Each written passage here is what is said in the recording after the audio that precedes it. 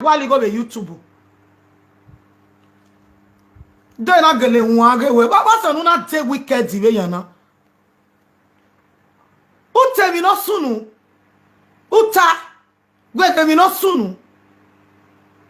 My YouTube remember ya tia control where out. Because you go on YouTube pay. What can you be more can you? I cannot be paying you what we are collecting YouTube. For what? No na be siati owe. Me ma le ruja no ti oye woman we. We ma lo e. Ma wo e te fake ke.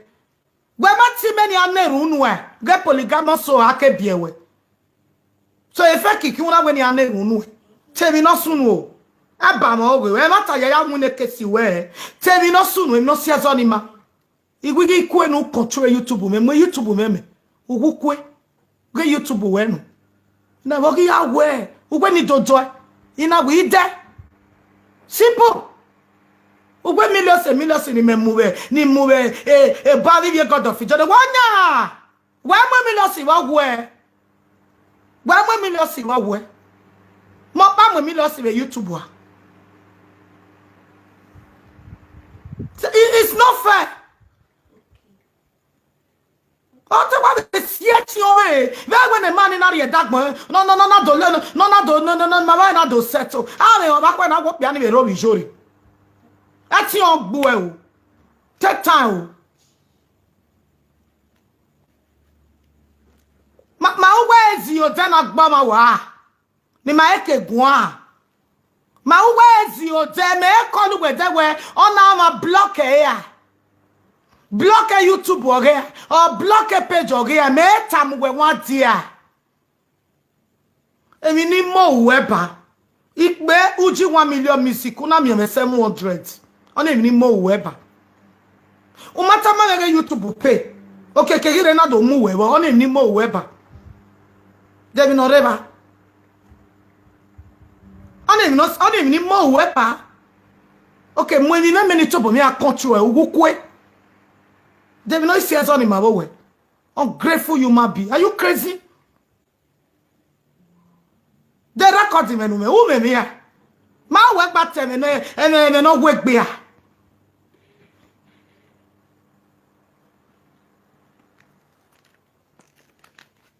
It's time I work it dog they call it a live video. Waro. Yahoo. Imagine Nigeria, it's time I work imagine Nigeria, it's time a live video. They why you're not ever. Imagine Nigeria, it's time a live video. And then you attack by that on your coffee like that. You know, you're not better Nigeria because I'm coming here not saying it. It's time many people no more women on my. It's here, your mama women on my bed. On my going and us. Ni mudia keke, ni amudia yame. They no night with me, meba. Ya way. Why I am here? Mop me cook gua, be what be cook gimme. Either they get comment to what? Mop me cook gua, be what be cook gimme. Ya away. A Bible na kina. Iga bawoge ovia tiki. Ina bawoge. Ologa manoruwe Bible na. Imana bawoge. Oga manoruwe Bible na ogome. Ya away. Umwe video mu ye YouTube. Ugwe ni dia kanti mere. No rigo jome. Ina we no si akanti ai. Ugwe ji ami egba ma ugwe a. Yeme egwe ogwa mutia. Yeme egba ma ugwe. What ye exist. Ina we egba ma me ina what exist. Ina we a relationship when igwalo. Iwe ima onijigo ya duwe cause ya need we go down. Il y a de bloquer et page me. Et YouTube. On qui a kake page me. On a qui page me. I uguk oh because when anything na really uwe koko. O do have keke.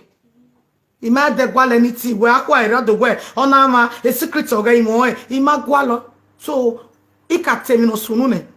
Ko wara pa mai no sunu ugwe gbe. Eri ma we ya egbe a. Una we ni mutia ne. Ugu ke YouTube we de email no ya kie.